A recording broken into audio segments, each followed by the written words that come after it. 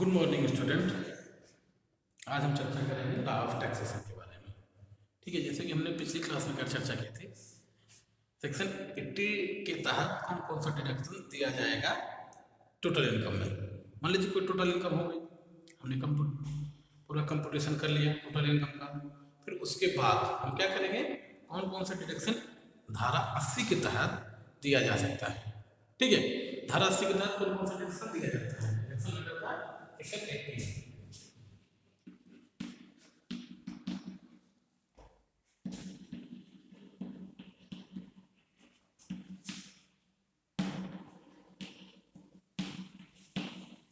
ठीक, तो धारा 80 के तहत हमने कुछ डिडक्शन पढ़ लिए थे। ठीक है, कुछ डिडक्शन आज हम देखेंगे। ठीक,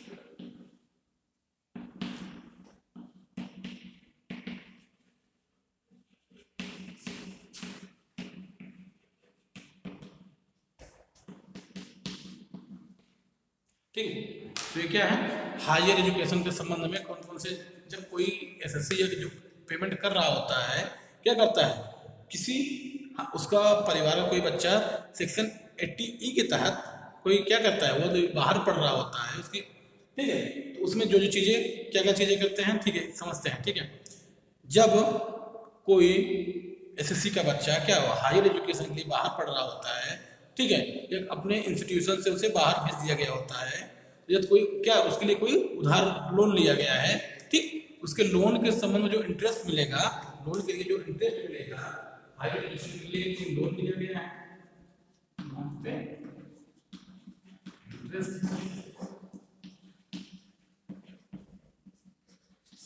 ठीक, तो वह चीज क्या होती है, वो पूरी तरह से डिडक्टेबल होती है। किसी बच्चे ने किसी का बच्चा हायर एजुकेशन के लिए कोई लोन लिया है, बाहर से पढ़ता है, इसके लिए बाहर जाता है, तो उस पे जो लोन पे जो इंटरेस्ट होगा वो पूरी तरह से डिडक्ट कर दिया जाएगा। ठीक, अब हम देखते हैं अगले वाले।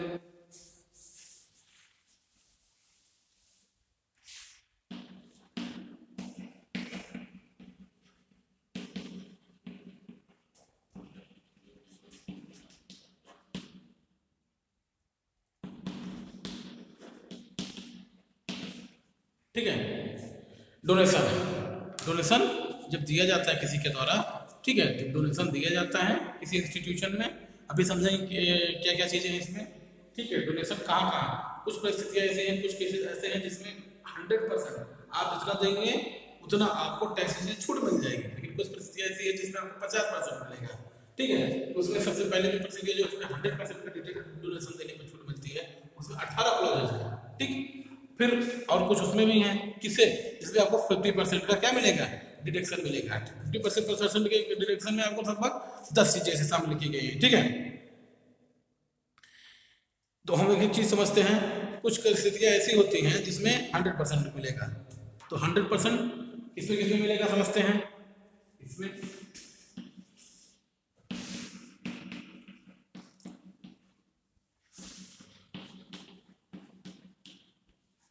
ठीक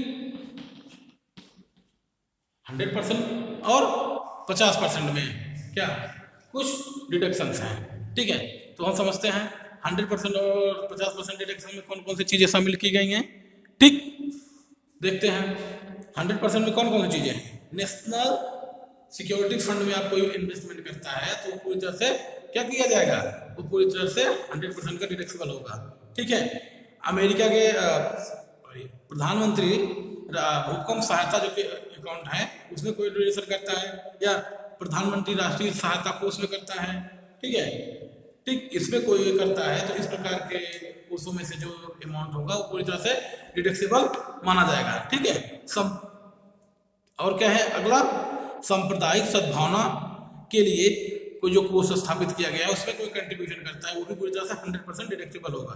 ठीक है, और क्या क्या चीजें हैं, महाराष्ट्र ध्यान से सुनिएगा, महाराष्ट्र के मुख्यमंत्री का भूकंप सहायता कोष, महाराष्ट्र के मुख्यमंत्री की सहायता कोष। ठीक है, किसी जिले में किसी जिला अधिकारी साक्षरता समिति के गठन के कलेक्टर की अध्यक्षता में कोई किया गया हो।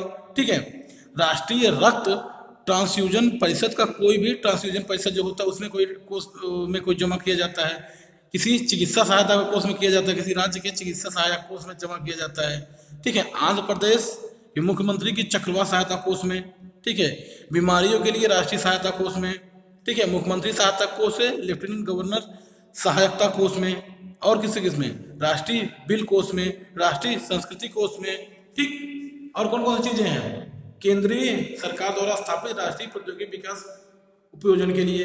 इस चीजों में जितनी चीजें की जाएंगी वो 100% क्या होगी, डिडक्टेबल मानी जाएंगी। कौन कौन सी, ये हमने चीजें देखी 100%। अब 50% का डिडक्शन किन किन चीजों में मिलेगा, 50% का डिडक्शन मिलेगा भारत के जो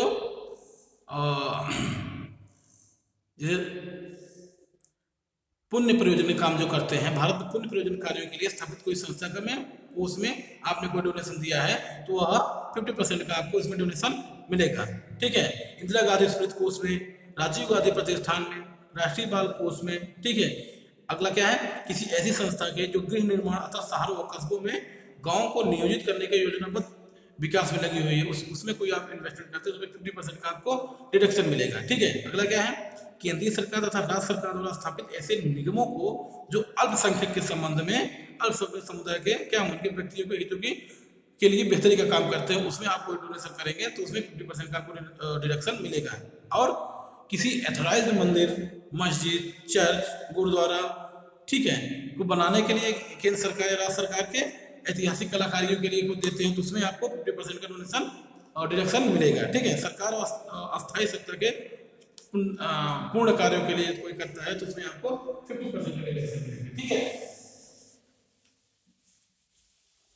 तो हमने देखा डोनेशन किन किन परिस्थितियों में कितना कितना मिलेगा। ठीक है, कुछ परिस्थितियों में आपको 100% मिलेगा, कुछ परिस्थितियों में आपको 50% का डिडक्शन मिलेगा। ठीक, अगला समझते हैं 80GG। ठीक है, 80GG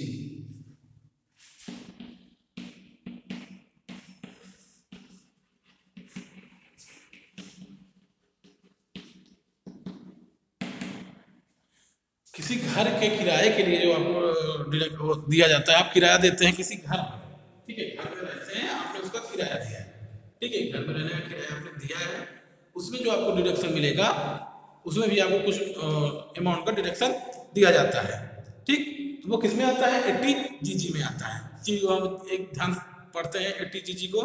ठीक है, कोई टैक्स पेयर यदि वो सैलरी पा रहा होता है, ठीक, या सैलरी नहीं पा रहा होता है और पिछले साल वो क्या किया हो, अपने मालिक के कहने पर मकान क्या लिया हो, मकान लिया हो, ठीक, लेकिन उसे क्या हुआ हो, अलावेंस ना मिला हो। ठीक है, क्यों, रेंट अलावेंस ना मिला हो तब उसे डिडक्शन दिया जाएगा। ठीक है, और यदि उसका क्या, उसका जो रेजिडेंस होता है, उसका मकान होता है, कहाँ रहता है, आगरा, अहमदाबाद, अमृतसर, इलाहाबाद, भोपाल, ग्वालियर, कोयम्बटूर, कलकत्ता, कालीकट, कोचीन, ठीक, कोचीन, ऐसे तमाम शहरों में रहता हो या बड़ी बड़ी मेट्रो सिटी में हो तो उसमें कोई ऐसी स्थिति नहीं, तभी आपको डिडक्शन मिलेगा। ठीक है, इसका नेक्स्ट क्या है, कोई भी आवासीय किराए के मकान के अलावा करदाता पर जीवन साथी पर या अवयस्क बच्चे, हिंदू अनडिवाइडेड फैमिली का सदस्य हो, ठीक है, उसके पास कोई निजी संपत्ति नहीं होनी चाहिए। ठीक है, और रोजगार अपनी ड्यूटी पर डे कर रहा होता है। ठीक, इन परिस्थितियों में नहीं मिलेगा, यानी भोगी होना चाहिए, कोई व्यापार ना कर रहा हो, ऐसी चीजें उसमें नहीं होनी चाहिए। ठीक है, तो कितना मिलेगा ये समझते हैं, कितना मिलेगा, इसमें मिलेगा रेंट का 10%। ठीक, रेंट का 10%, और कितना डिडक्शन मिलेगा, रेंट का 10%। ठीक,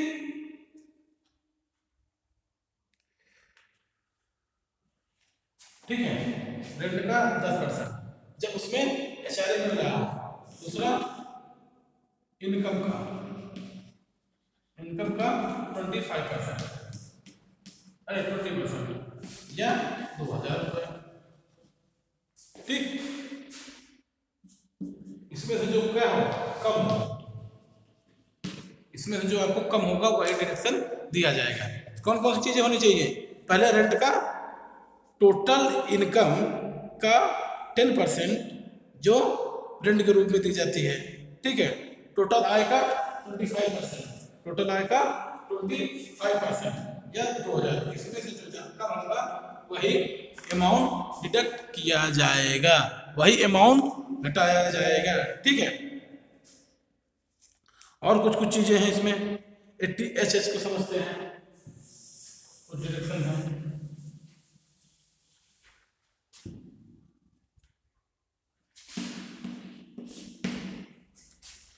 80H को हम समझते हैं। 80H में क्या है, ठीक, किसी रिमोट एरिया में आपने होटल खोला है, कोई इंडस्ट्री खोली है, तो उसमें जो आपका प्रॉफिट होगा उस पर आपको कुछ डिडक्शन दिया जाएगा। कितना? 20% डिडक्शन दिया जाएगा। ठीक है, 80HH की तरह क्या दिया जाएगा? ओपन इन होटल और इंडस्ट्री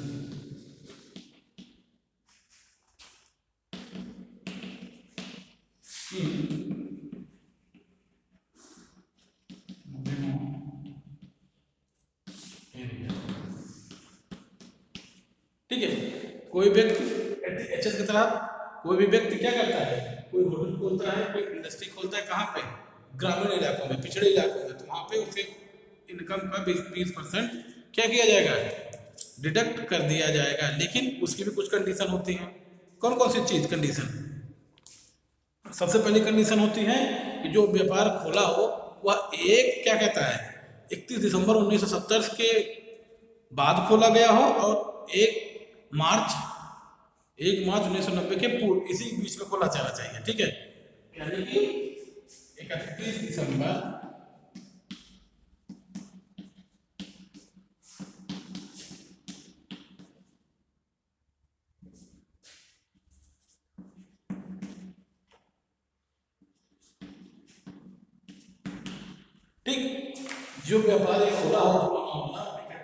1970 के बाद और 1990 के बीच में खोला होना चाहिए। ठीक है, अब अगला क्या है, जो उन्होंने होटल खोला है, इंडस्ट्रीज को लिया है, वो कोई दूसरी इंडस्ट्रीज के पहले ना बनी हो, उसको तोड़ फोड़ के लेके चले आए हैं। जब वहां से उठा कर सब लेके चले आए हैं, जो चीजें वहां से उठा के लगे ऐसे संबंध में 20% डिडक्शन नहीं दिया जाएगा, सिर्फ किसे दिया जाएगा? जो नई होंगी, जो नई बनवाई जाएंगे। ठीक है, बात समझ में आई? अगला क्या है, होटलों की दशा में भी यही चीजें हैं। ठीक है, यही चीजें दोनों की दशा में है। लेकिन एक अगला देखते हैं,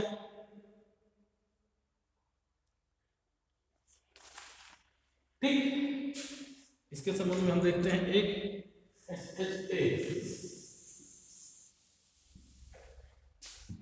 HHA में क्या है, ध्यान से सुनिएगा। जो HS में था, HHA में भी वही है। क्या है, इसमें कोई होटल या इंडस्ट्रीज थी, लेकिन इसमें A में क्या है, कोई छोटी इंडस्ट्रीज हो, लघु उद्योग हो, कोई होटल या लघु उद्योग हो, उस संबंध में कोई रिमोट एरिया में कोई चीजें खुला हो, उसके लिए उसमें डिडक्शन दिया जाएगा। चीजें क्या होनी चाहिए, वही चीज होनी चाहिए 1970-1990 के बीच में खोला गया हो। इसके या ये भी होना चाहिए और ये भी होना चाहिए, इसके पहले कहीं ऐसा रिमोट एरिया में काम या खोलने नहीं है, यानी रिमोट एरिया में इसके पहले खोले, वहां सामान उठा के यहाँ लाके खोल देते हैं, तो ऐसी परिस्थितियों में इन्हें क्या किया जाएगा, डिडक्शन नहीं दिया जाएगा।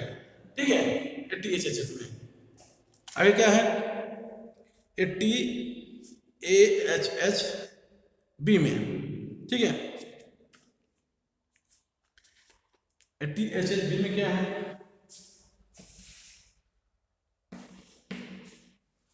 80HHB में है, भारत के बाहर कोई परियोजना की जाती है, उससे कोई लाभ प्राप्त करके लाया जाता है, भारत के बाहर कोई परियोजना की जाती है। मान लीजिए मिस्टर ए है, उन्होंने अमेरिका में जाकर कोई व्यवसाय किया, वहां से उन्होंने बहुत सारा प्रॉफिट होगा। ठीक है, उन्होंने डॉलर वहां से कमा के लाए, तो ऐसी परिस्थिति में उन्हें क्या किया जाएगा, उनको भी कुछ टैक्सेबल में कुछ छूट दी जाएगी। ठीक है, लेकिन ये क्या होता है, 1983 की धारा जोड़ी की गई थी। ठीक है, इसमें भी कुछ लाभ का विदेशी लाभ लाए जाते हैं, तो उन्हें कुछ छूट दी जाती है। और क्या है, 80HHC में, ठीक है, कोई एक्सपोर्ट का मामला होता है, कोई कंपनी एक्सपोर्ट कर रही होती है, एक्सपोर्ट के लिए कुछ डिडक्शन दी जाती है। ठीक है, और 80I में एक आता है। ठीक है, जहां पे कोई इनकम क्या हो, कोई 80I में क्या है, वहीं इंडस्ट्रियल इलाके में भी दी जाते हैं। कुछ इंडस्ट्रियल इलाका है जिसमें इंडस्ट्रियल इलाके खोले जाते हैं, उसमें कोई कंपनी जाएगा खोलता है अपना इंडस्ट्रीज, उससे जो बेनिफिट होता है उसमें छूट दी जाती है। ठीक है, टोटल इनकम में। ठीक, अब क्या है, तमाम ऐसी चीज़ें हैं। अब एक आगे देखते हैं, कोई प्रोफेसर है, ठीक है, प्रोफेसर ये 80M में है, ठीक है, कोई प्रोफेसर है, टीचर है, वो भारत के बाहर जाकर काम करता है। कोई प्रोफेसर है, टीचर है, भारत बाहर जाके क्या करता है, कोई लेक्चर देता है, कोई एजुकेशनल चीज़ें देता है, ठीक है, तो उससे जो वहाँ पे उसकी इनकम होगी वो पूरी तरह से एग्जेम्प्टेड मानी जाएगी 80M के अंतर्गत, ठीक। 80M के अंदर क्या एग्जेम्प्टेड मानी जाएगी, कोई टीचर कोई प्रोफेसर की जो इनकम होगी वो एग्जेम्प्टेड मानी जाएगी, ठीक है। ये बातें समझ में आई।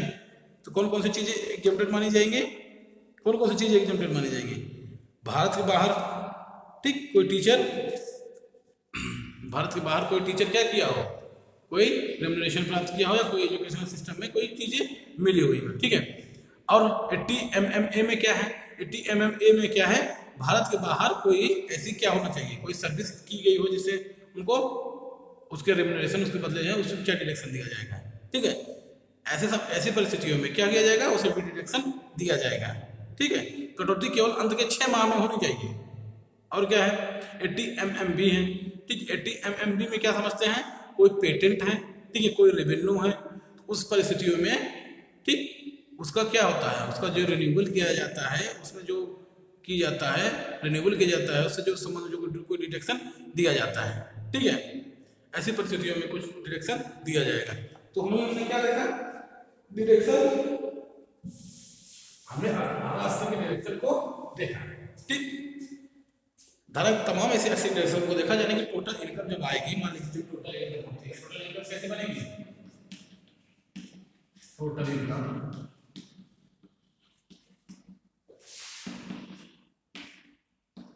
मान लीजिए चलते हैं,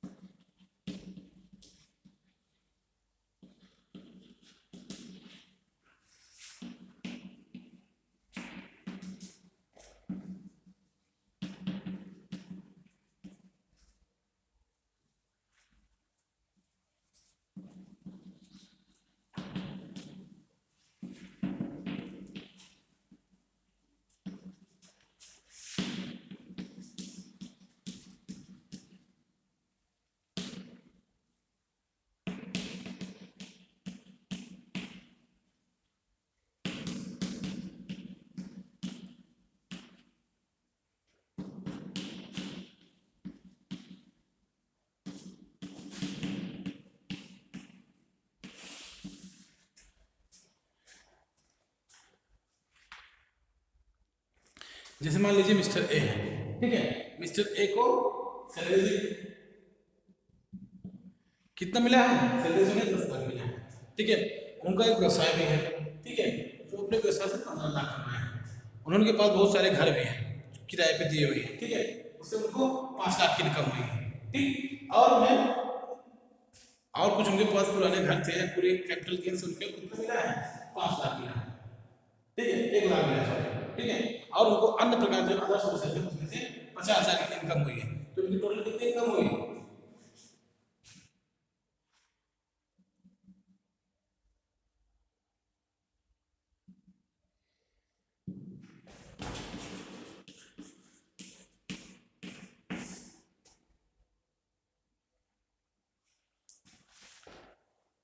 40,50,000, ठीक, 40,50,000 की इनकम हुई। अब देखा जाएगा, अब डिडक्शन कैसे दिया जाएगा, जो हमने 80C और 80D के 80 के द्वारा डिडक्शन देखा, तो हमको यहाँ पर देखेंगे डिडक्शन अंडर ना डिडक्शन,